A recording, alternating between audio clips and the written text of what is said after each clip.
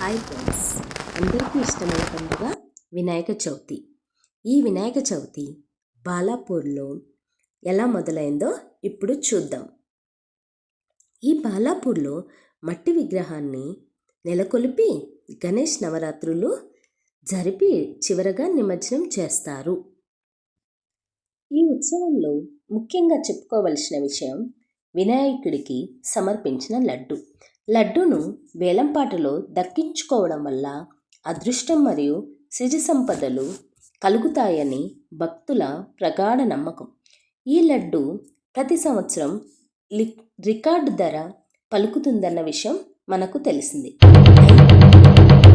అయితే ఈ ఉత్సవం 1994లో ఒక చిన్న మట్టి విగ్రహంతో మొదలై ఇప్పుడు లడ్డు వేలంపాట ద్వారా బాగా ప్రసిద్ధి చెందింది. ఈ లడ్డు వేలంపాట ద్వారా వచ్చిన డబ్బును సామాజిక సేవలకు ఉపయోగిస్తారు. జై బోలో గణేష్ మహారాజ్కి జై.